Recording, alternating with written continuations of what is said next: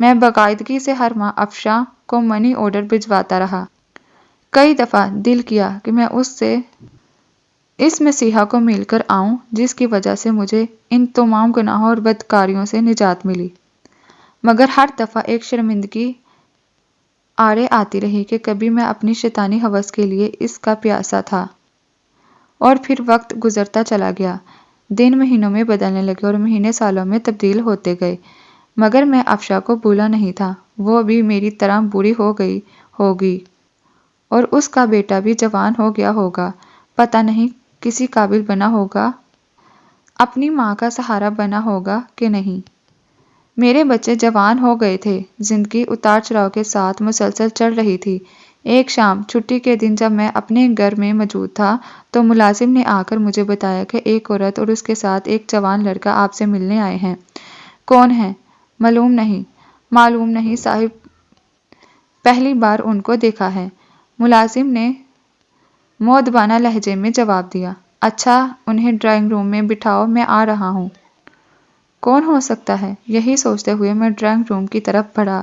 ایک عورت پر نور چہرے کے ساتھ سفید بھوری چادر میں خود کو چھپائے ہوئے ہاتھ میں ایک پرانی سی ڈائری لیے کھڑی تھی، اور اس کے ساتھ اچھے کپڑوں میں ملوث ایک بڑا ہینڈسم جوان لڑکا تھا۔ اس لڑکے کو میں جانتا تھا، وہ ہمارے علاقے کا نیا ڈی ایس پی احمد تھا۔